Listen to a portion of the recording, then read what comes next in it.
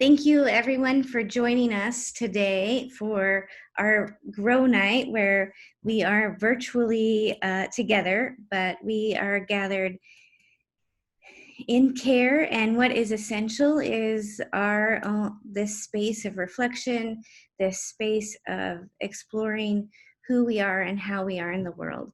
And so I am grateful that one positive of this season is that we can have guest speakers without them having to drive 5 hours.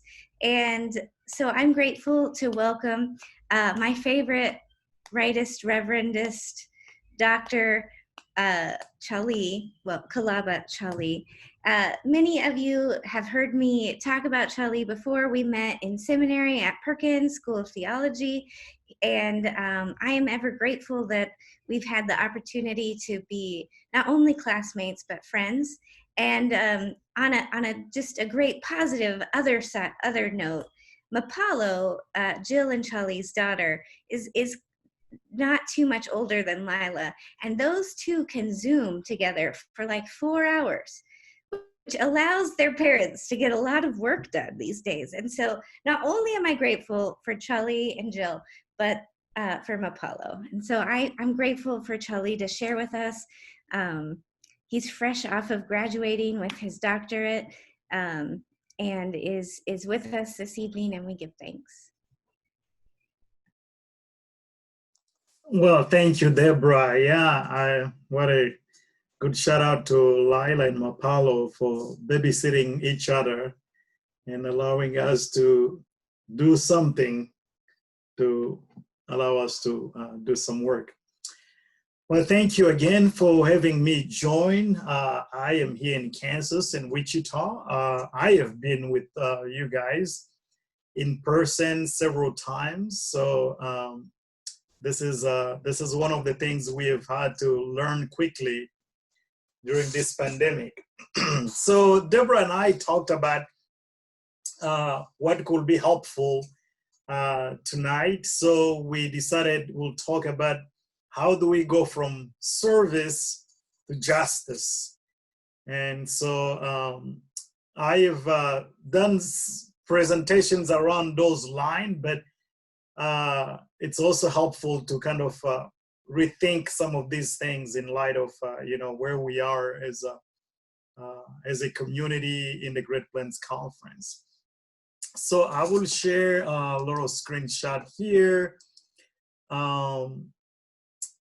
just to share a little bit. So there, I want to talk about moving from service to justice in a way of progress oriented. So it's not like, we're going to fix the world today by the time we're done.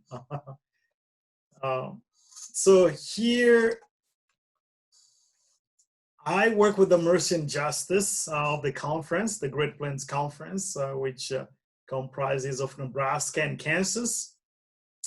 And our role is to support congregations like y'all's congregation or community of faith in your work of doing justice work and mercy work. We have often find that communities are really good about doing mercy work. In the secular world, the word mercy, we kind of just think about it as charity work. So I have a couple of really slides that I want to talk to you about. So the first slide is this. Let me just begin by saying, in the United States, the general culture is one of people are generous, that's one, but also people respond quickly when a challenge or when a request or a problem is presented in a crisis way. Let me explain what that means. Let's say a young woman who has 2 children, she's about 20, and she is working and she just got a second job. And so if she shows up at a church and say, hey, I need help, can you guys help about things like child care, maybe that request, knowing she's working, is not one that will make us think, and what do we need to do?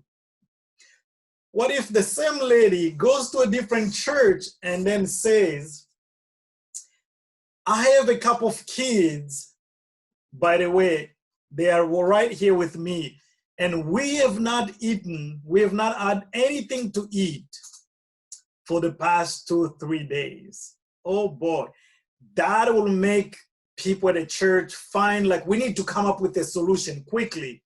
And that's the mentality I call the crisis relief mentality. The problem comes when there is not a crisis. Like the first example I gave, the young woman says, I have a job. In fact, I got another job. So I have 2 jobs. What I need is our community to come up with a system to help my kids go to child care in a way that I don't use all my money from the 2 jobs to pay for child care. So the mentality is we want to respond to every problem like there was a disaster. I have seen this a lot in churches, but also in communities. So if you look at this slide, I have that the first kind of line there says relief. Relief is something we need to give. Let's say someone is bleeding. You need to stop the bleeding. You put a Band-Aid, and this is the only time, if there is a disaster somewhere, we should allow an outsider to come and give help to the local community. We also should be reminded of ourselves. Relief is not something that is about the people we help. Relief for us is those who are followers of the poor man from Galilee, the one we call Jesus. Relief is about us. So we are called to grow in our service. And so relief is about us, not the people who receive our relief. And so this one needs to be done with upholding the human dignity, and it's a service. Some people will argue that, toxic charity or when helping hurt. The authors will argue that this should be the only time we create a one-way transaction, so to speak. I will call it, using the Kansas Leadership Center language, this is a technical response. There is flooding, we need to clear the water. Or there is, there was an earthquake in Haiti, we need to give people something, food. But what if that's not a crisis? Maybe something is a long-term problem that has been going on. What I have noticed is that because of the cultural kind of mindset, most people want to respond, even if it's not a crisis, they want to respond as though this is a crisis and we're going to give relief. Let's take an example, the issue of the brutal killing of Mr. Floyd in Minneapolis. For some people, it comes in a way that they want to respond with the one time, like it's an event, where racism has been going on for 400 years in the United States. So in fact, I hope people do not respond to this as we have done before, thinking it's a crisis, let's use relief. We went to protest, we have done our job, let's move on. There is something I call rehabilitation, where we begin to see, the people who are affected and the people who are oppressed begin to work together. So this is the outside and the inside working together. In relief, the outside pretty much do it for the people, but in rehabilitation, working side by side, it's also the work begins to move away from technical to compassion. Compassion here from the root causes, from the roots of the word, it's not compassion as a, feeling sorry for someone, but calm as in coming, and passion, some of you have watched The Passion of Christ, which means suffering. So come and suffer with people. in this stage, we begin to engage with people in ways that sometimes is uncomfortable for us. We're beginning to test the suffering that they are going through. Here, we're trying to build capacity for people to respond themselves. It's a combination of adaptive work. There are sometimes we'll need to do something that is more technical, but the work begins to go more in the adaptive way. Then the next phase is more like development. This is a long-term. This is not, some people will say, oh, that's doing justice. Don't teach someone how to, don't give them a fish, teach them how to fish. That's not justice. This is development, teaching people, but development is also creating resources. How do we grow the local resources of people who are in suffering? Here, we are no longer dealing with the technical work. It becomes the work of compassion. So we begin to even ask questions, why is this system working for some, it's not working for others? When engaged in a very genuine way in the work of compassion or in the work of development, that's when we find ourselves into moving in the territory of justice work. Because we will realize no matter how well we fix things, there are certain things they just don't work for some among us. And that's when we'll begin to ask questions. So here's an example of that. I've seen people want to travel to Rwanda in Africa, East Africa, to go help the kids there. But at the same time, the people will not make the connection that Rwanda invaded another country, DRC Congo, and 5 million people in Congo, mostly children, were killed there. And how did Rwandese soldiers kill and invaded another country? Mostly with United States taxpayer money, because the United States is one of the biggest supporters of Rwanda in their military budget. So when we engage in that kind of work long term, we stay with the people, we begin to make the connections where maybe we are part of this, the brokenness that we see. So in that questioning, we begin to be in the kind of, in the spheres of advocacy. So there is this slide that the Mercy and Justice team of our conferences developed. We call it the waves of justice. Justice will roll like the mighty river. You remember that scripture.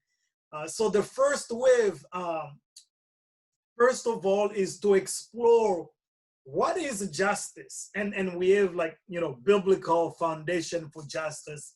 One of you will have the mic intern speak to you later during this summer. But one of my favorite scripture in the Old Testament is Micah 6:8, which says, "But what does the Lord require of you, but to do justice, to love kindness, and walk humbly with God."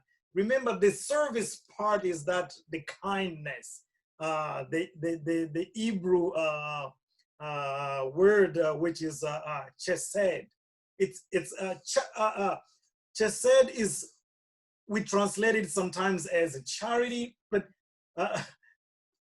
the emphasis in among the Hebrew is on one is right attitude. What is your attitude toward another human being? And so, but justice becomes in the Micah 6:8, as it says, what does the Lord require of you to do? So justice, which is mishpat in Hebrew, is about action. In other words, when your attitude is right toward another person, what therefore is your action? So we need to understand the justice, and you understand justice from many other. Justice in contrast with service. Service, my example for the young woman, or my example for, helping a community, different people. In justice, we're not just engaging with individuals. We're not helping one individual or two, or let's say 20, 50 people. In justice, we're not just going to protest because of Mr. Floyd, but that one instance is pointing us to a system. And so in justice, we're looking at what's the system. Why is this system not working for a different kind of people? So the first thing, is to understand, what does justice mean? Because sometimes we are doing, like, we have a food pantry, we serve meals to the homeless, or we collect clothes. All these things are good things. They serve a purpose, but sometimes we confuse that we are doing justice work. When we raise money for something, justice begins when we begin to engage with the system. Could be a system of housing, I've heard in Omaha. It could be the public school system in Kansas. We talk a lot about public school system. If my church was to go and help some kids after school program to read, and those are acts of mercy or acts of charity. But until we say, why can the system itself be addressed in ways that all those kids are cared for? The other thing about justice, when we move from service to justice, is that we uphold people's dignity. Many people prefer others to live out of their generosity, which Paulo Freire, who was in education, wrote a book about pedagogy of the oppressed. I've used this book. It's an old book about, I think it was written maybe 1970-ish. But Paulo Freire says that kind of generosity, where we want those who are living in poverty, those who are living in oppression, to depend on us, it's a kind of false generosity. Because why not change the system so that everybody can get their own share rather than depending upon us? So that's not actually generosity, it's a false generosity. Brian, the authors of When Helping Hurt, they call it a white complex, where people think, oh, we are the ones to go there to help to fix the problem. When we do justice and the system begins to change, justice is about progress. We will begin to see that human beings are able to care for themselves. They actually don't need us to kind of play the white savior or God savior mentality. And that creates some kind of a mutual relationships in communities. So second wave in the slide there, the congregation will begin to come up. What is our vision of justice? Are we gonna be an issue-based justice focus, or we are gonna be an organization focus? So one way, and some churches could be both, an issue-based. There will be a congregation dealing with the racism, but the congregation could also participate in an organization like Omaha Together, One Community. Some of you, I think actually Urban Hobby is part of that. So you can do both. Why is it so important in justice work to work with others? Remember, when we're dealing with service, we are using our resources, we are using our power. When we go into the justice work, there are two ways we need to address change. And there are two ways, and what we do is to build power. And two ways you can build power. One way is what all of us know, we complain about. Many people with a lot of money, they are putting money in the candidates, political candidates, and those candidates are not foolish. When someone is giving you a lot of money to campaign, they expect to be in conversation with the person after the person is elected to talk about policies. Oftentimes, most of the time, they should say, our churches don't do that, cannot do that, I should say. But what is the other way to build power to influence change in society? Is to build what we call people power. So if Urban Abbey, St. Paul, First Church, the Lutheran, like if all of you come together like you do sometimes under the umbrella of Omaha together, one community, then you engage with those who make law, the politicians, those who create a budget. You invited them. You say, we have about 20, 30 congregations, that probably make up about, 10,000 people, making up some numbers. We would like to have conversation about things we've researched about our community, things we've talked to our members of our community. We want to have conversation with you. And when you go to do that and the kind of people power you are bringing with you, most people always think when we talk about justice, it's like, oh, will my congregation now need to come up with 10,000 money?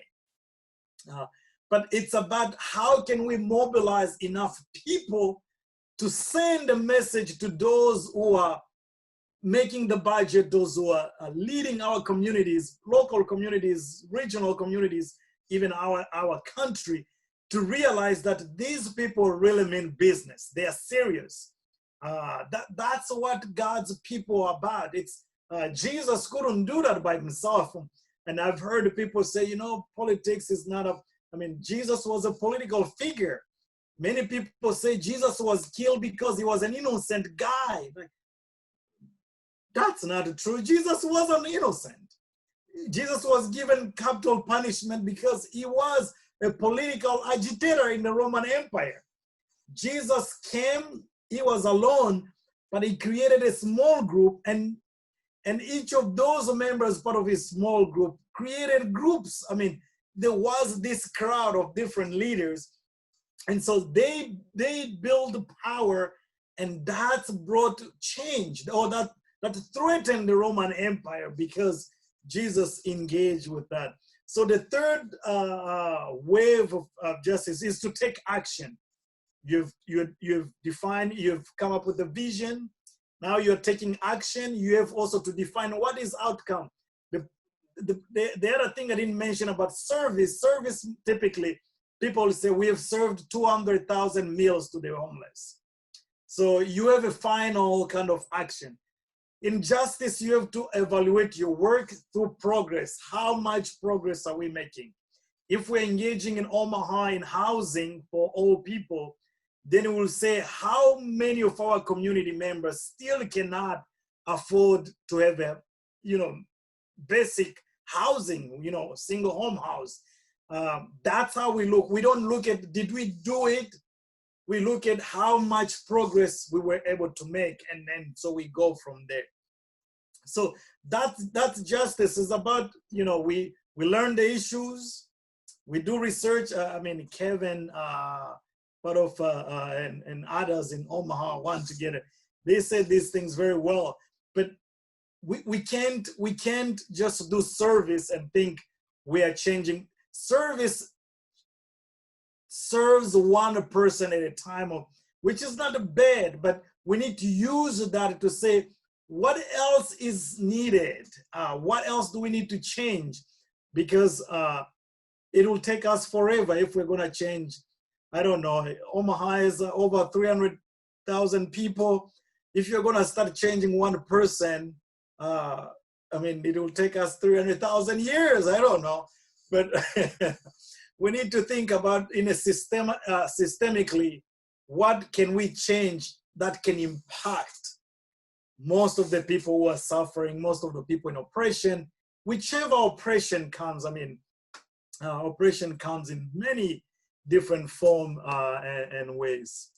So I have been talking a lot. I feel like I'm having a monologue, which especially when I don't see most of the people who have joined us, it kind of feels different. So I'm gonna have Debra and Nicole help me read some questions that have come in or comments, and we can kind of have some dialogue.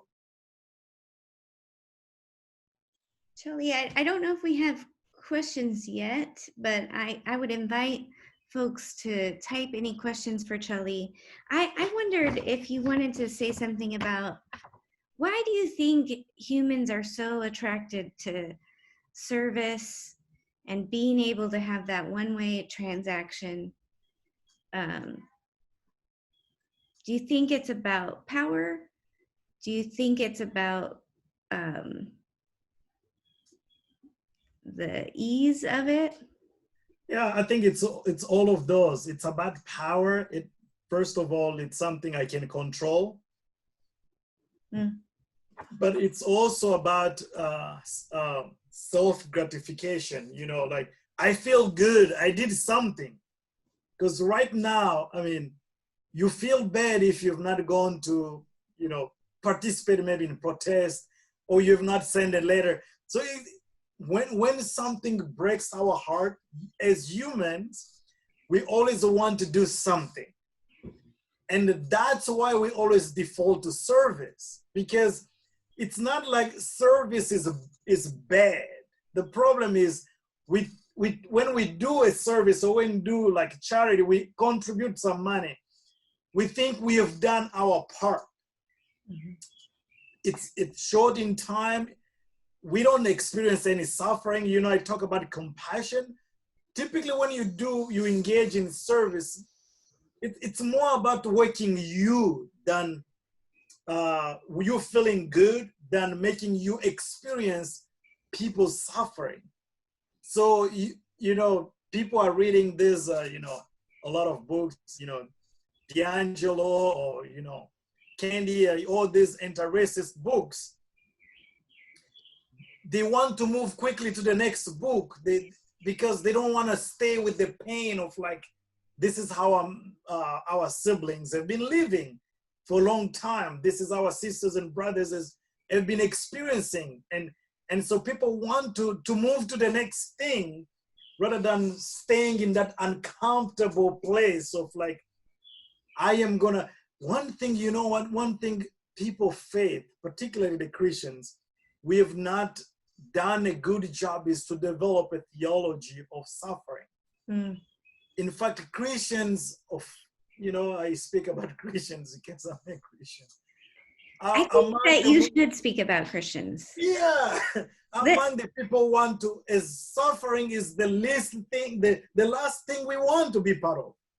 And yet we forget that Jesus, in many instances, joined others who were suffering. I mean, when I was a kid, we used to play with scripture. Said, what's the shortest verse in the Bible? It's like, then Jesus wept. You know, the whole symbol of the cross, carrying the cross, Jesus crying.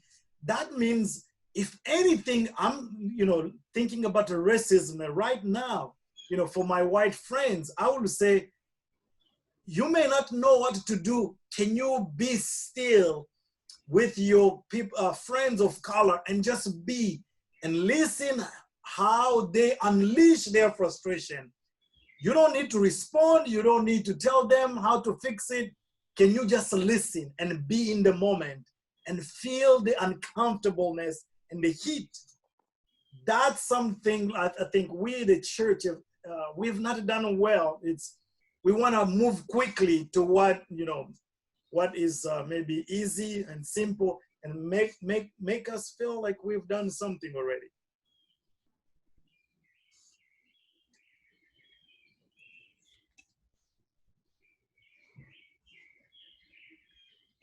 Any other questions? Have we had any questions come up?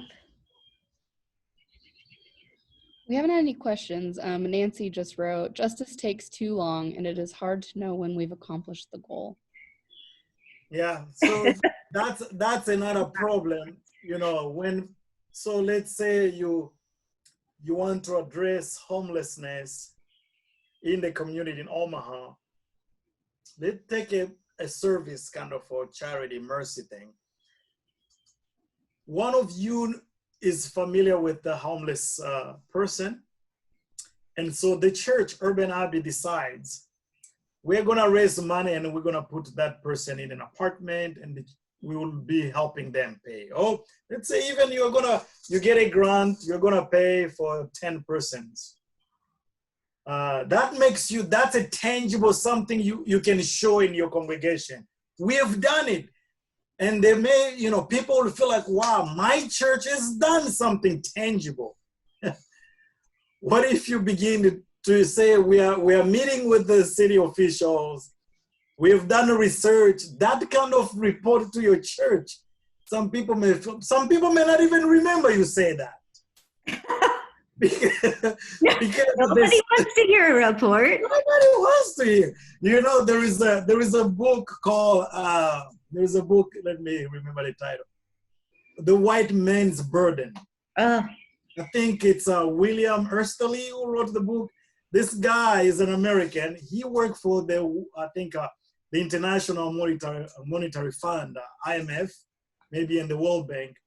He said, you know, in these global financial institutions, if you come up with a plan and say, I traveled to India, I saw there was this small village, they've addressed the issue of microfinancing, and they're addressing the issue of heart disease or lung diseases, and they are building something. Can we research on what they did? Can we try to replicate it in another community similar around the world? He said, the World Bank will not fund you. But if you come up with a thing like we're going to go to Iraq, we will run over Saddam Hussein and we'll bring, you know, girls don't go to school, we'll bring democracy and Iraq will be a new country, democratic, girls will be in school, you'll get their attention, they'll give you a lot of money.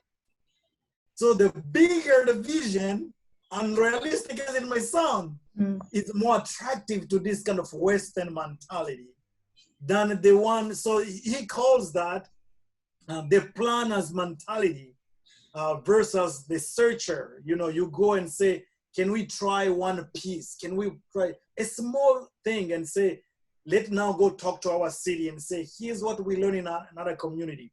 I've heard, you know, in New Jersey, they've done some rethinking of policing.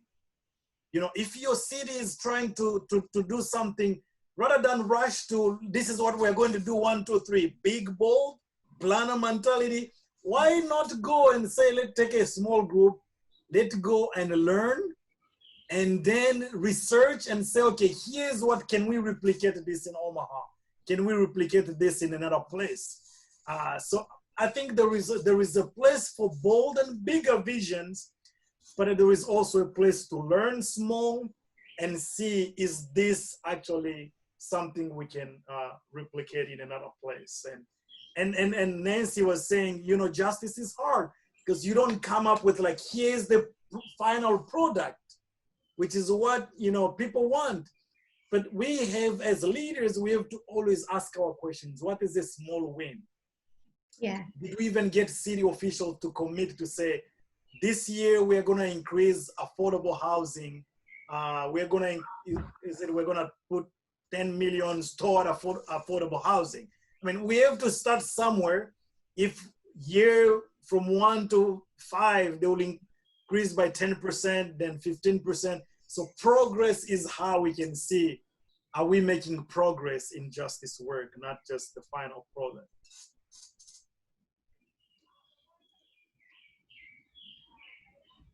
So Sharon asked from that, what you just shared, how do we develop a searcher's mentality?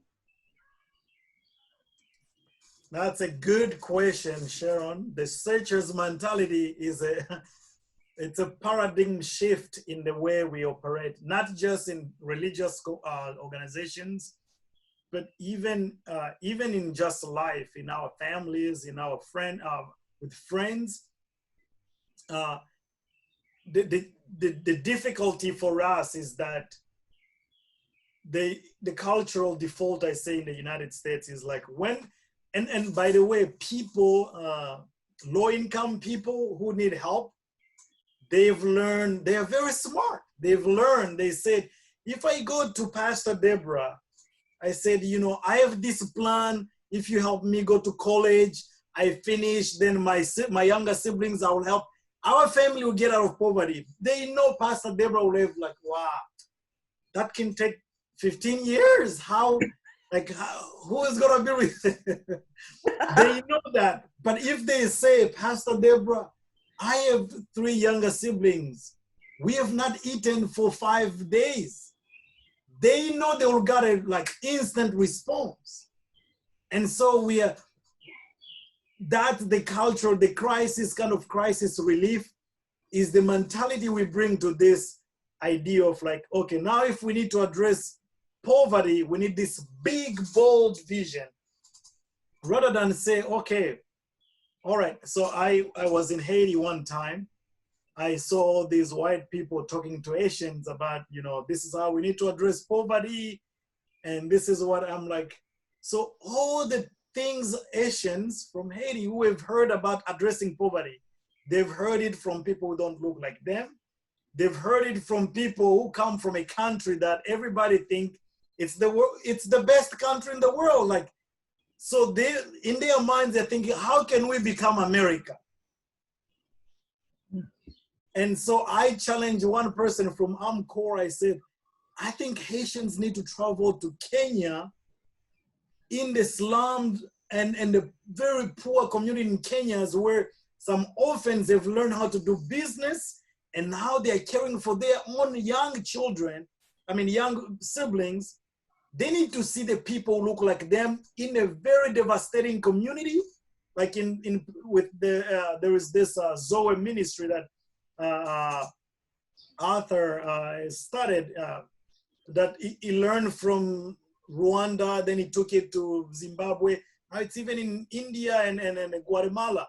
Like, sometimes we need to be willing to say, can we spend money to go and find out what is working? What have we learned? I mean, some people have been even asking that question in the United States. Where can we go and learn something before we, the problem, here's another example. You know, in Kansas, I've been doing some reading about foster parenting. So here's a typical example in the United States how foster parenting happens. Foster parenting in the United States, there are certain rules you need to qualify, requirements. And most of those are financially related. So if you have a little more money, then you qualify to become a foster parent.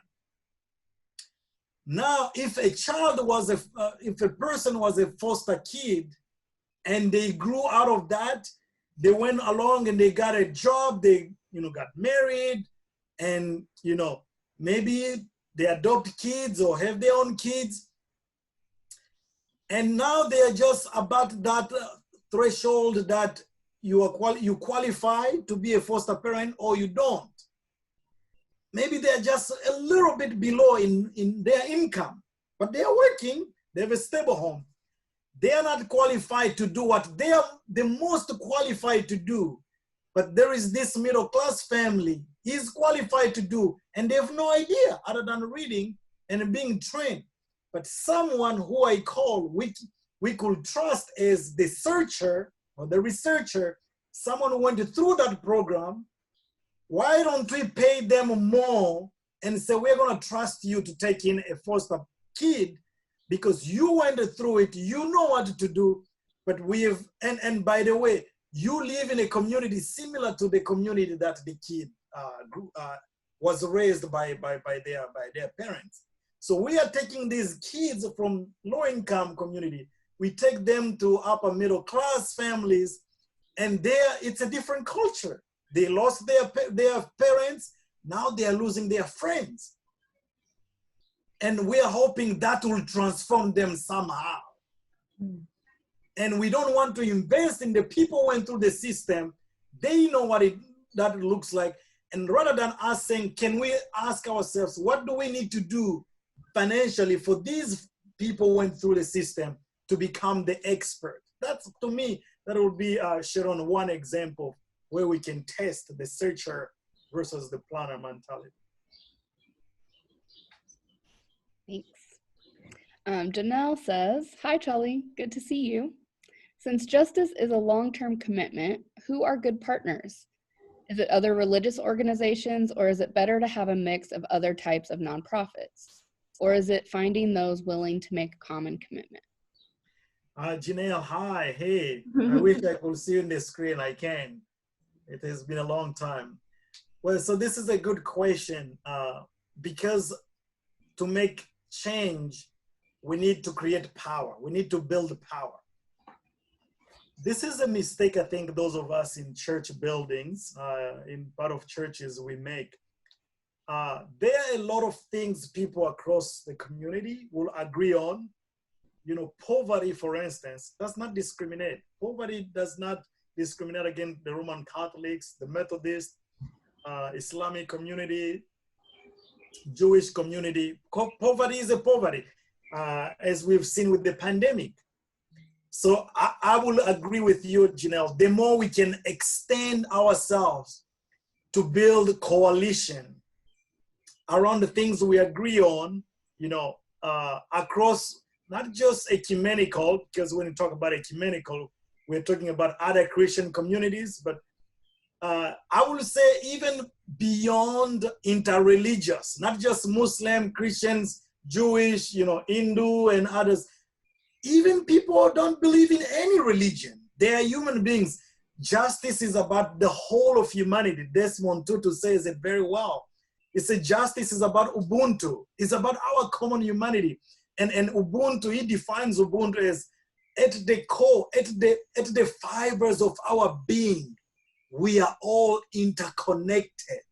In other words, the only way, says John Mbiti, the only way I, as Charlie, will acknowledge I exist is when I see Nicole and I acknowledge her existence. That's how we human beings should also act. You know, we need to return, you know, we need to be on that journey back to Ubuntu, who we are as humanity. You know, as some of you will translate Ubuntu as, you know, common humanity, but it's much bigger than that. It's at the deepest of our being, the essence of humanity. We are all connected. And so religious groups, you know, gender or sexuality, or any of these groups, race should not divide us in seeking justice together.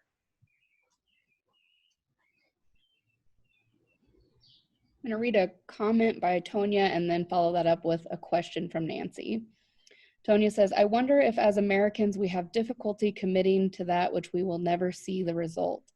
Perhaps justice is not something that can be attained, but rather a way of being. We look inward to understand how we ourselves do not do justice in our daily walk, and we act outward to help work towards a more just society. So then Nancy asks, Can I just say, Tanya, that's a very great, I think the challenge for Americans,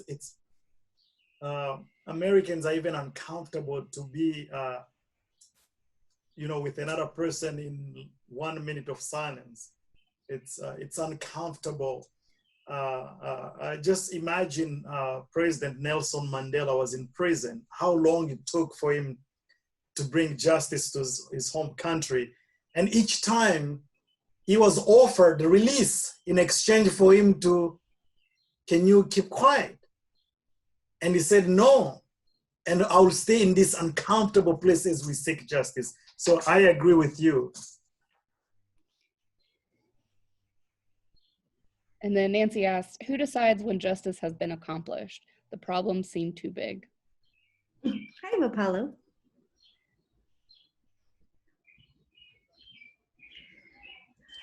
All right, thanks. I have Apollo came to check on me. Thanks. That's a good question. Who decides? I will even say not just who decides when justice is accomplished. I will even say who asks the question if this is not just. Here's what I will give you an example. Justo Gonzalez, a Cuban-American theologian, in his book, Reading the Bible Through Hispanic Eyes, says many of us who want to address poverty, we are not even poor. And then he says, so because we're not poor, we always ask the question, what does the Bible say about poverty? And Justo Gonzalez said, that's a wrong question to ask.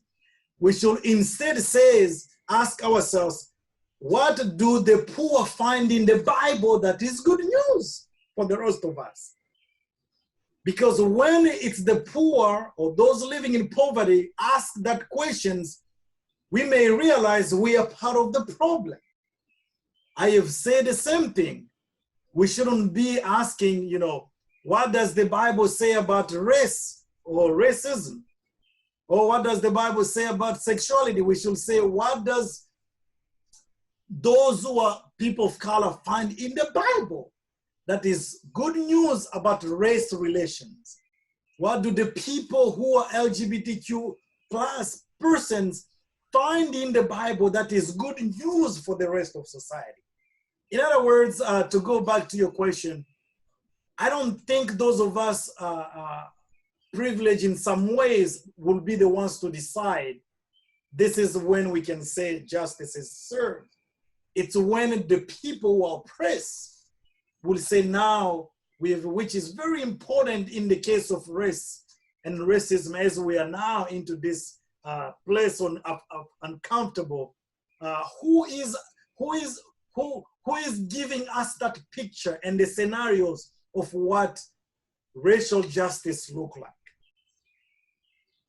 Is it those who are oppressed? Is it those who feel like I am educated enough to understand what needs to be done here? Very good question.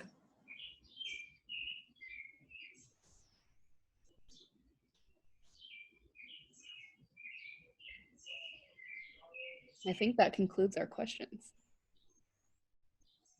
All right, that's good. Those were, I hope you continue wrestling with those questions. Those are big questions for all of us in the work of justice. And I think it's not an easy thing. If it was easy, you know, someone, there was a Roman Catholic professor of Christian ethics who says, you know, if the issue of racism was up to Black people, they would have addressed it long time ago. They will not want to have the burden. But this issue is benefiting a different group of people that feel uncomfortable and they don't want to live in that uncomfortable place. And the dynamic is very complex. I may sound like I'm simplifying this. I just hope people don't take, you know, I've seen people tossed around, you know, white fragility or how to become an anti-racist.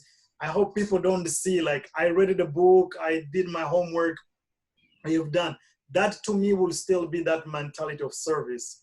Like I have responded with relief. It was a crisis. George Floyd was killed so badly, but I did my homework, I read, now I'm good, let's move on. That's not, I don't think that's how we seek justice together. We need to find a way to say, how are we building power to change the system, and whose voice are we listening to?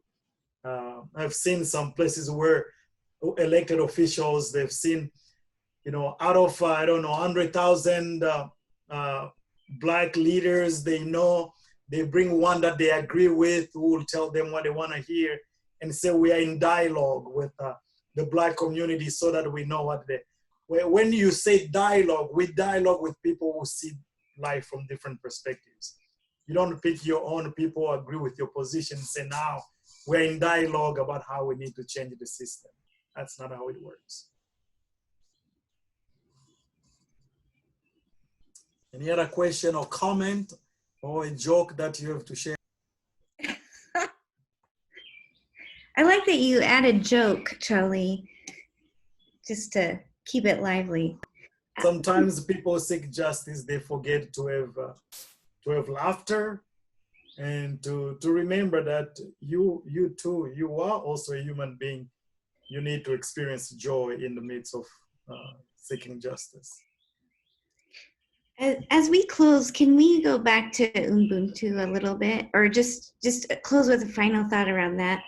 Because it, when I think of this kind of sense of I am because we are, or this kind of communal identity, or this connectional identity, I contrast that with probably what most folks in the United States and in Western cultures grow up with, which is a sort of very individualistic, like, I think, therefore I am, right? And so, like, your existence is about you and about me, and like our existence, we we misinterpret our existence as about individuals, where real maturity is about where folks can depend on us and where we can be a part of something together and where we can be in relationship.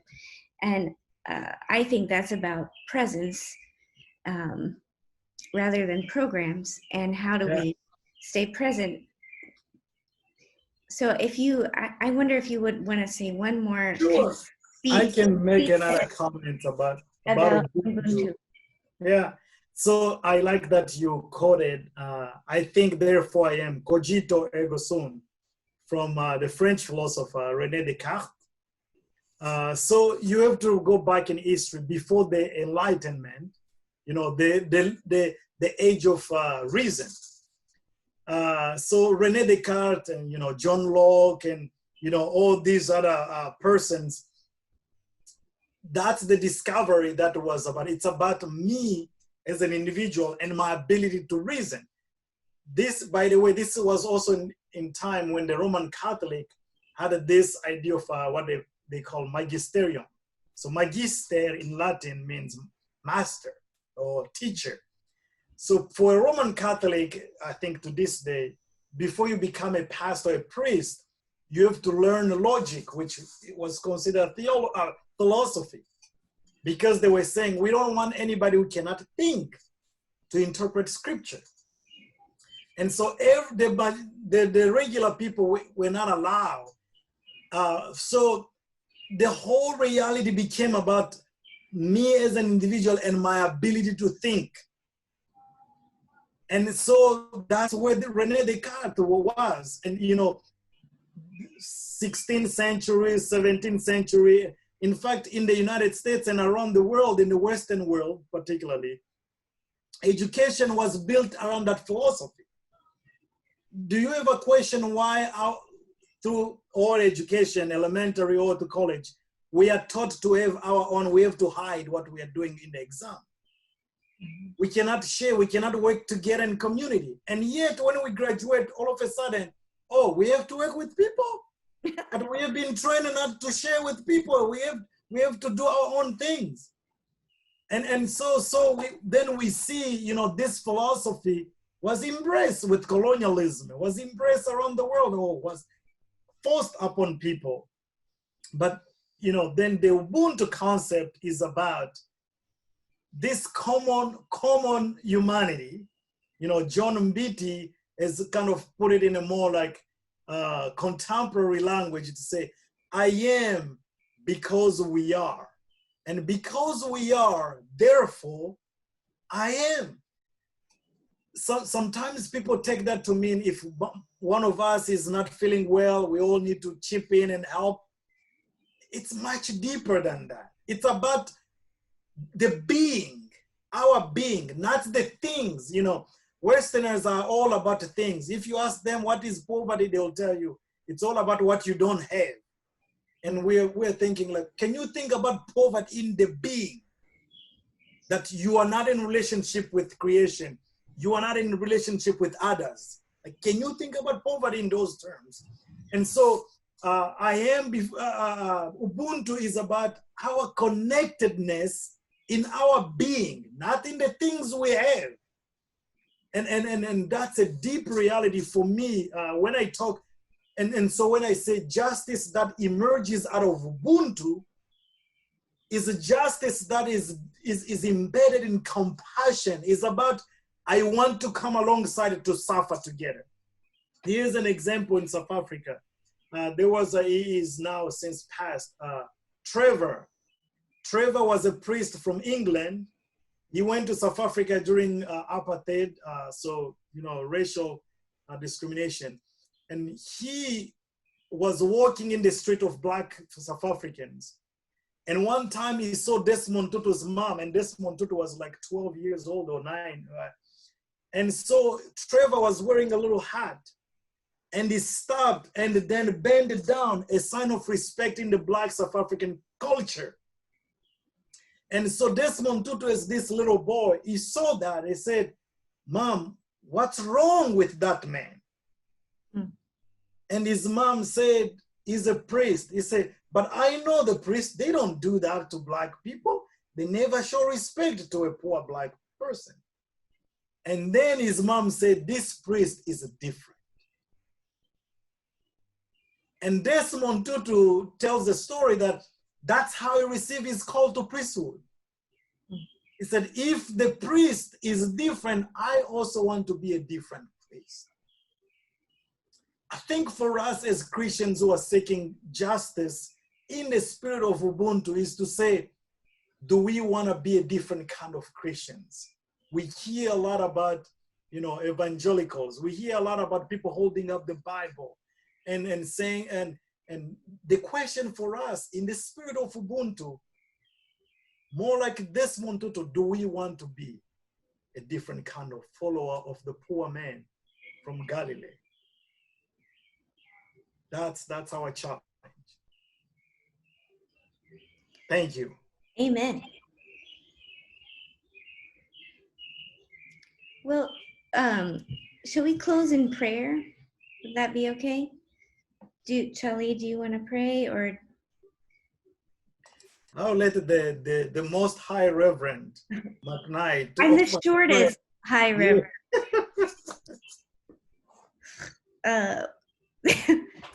Will you pray with me, folks? Gracious and generous God, you call us with a liberating voice, and we shy away. You urge, you ask, you invite, you whisper, you nudge, you set burning bushes before us. Open not only our eyes, but our hearts. Draw us past our overthinking. Draw us past our needs to know and have answers. Draw us into spaces of uncertainty that we might stand alongside and know the people we join. Grant us courage to listen and to learn. Grant us courage to be present. And grant us courage to offer your compassion that is uneasy, that asks much, and that frees us in the end. May it be so. Amen. Thank you for having me join you guys, and it was great. And I look forward to being in some form of ministries in the future with you guys. Thank you, Chali. All right, thank you.